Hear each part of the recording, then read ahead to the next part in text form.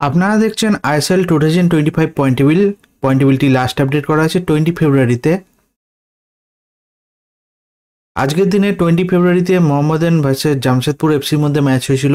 সেই ম্যাচে Jamshedpur FC win হয়েছে। তাই আজকের পয়েন্টেবিলিটি ঠিক এরকম। নাম্বার 1 পজিশন আছে মোহনবাগান সুপার জায়ান্ট, 21 ম্যাচ খেলে 49 পয়েন্টে। নাম্বার 2 এ আছে এফসি গোয়া, 20 ম্যাচ খেলে 39 পয়েন্টে।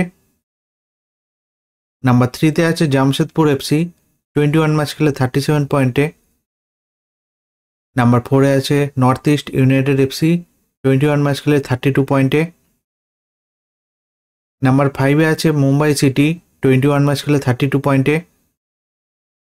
নাম্বার 6 এ আছে বেঙ্গালুরু এফসি, 20 ম্যাচ খেলে 31 পয়েন্টে।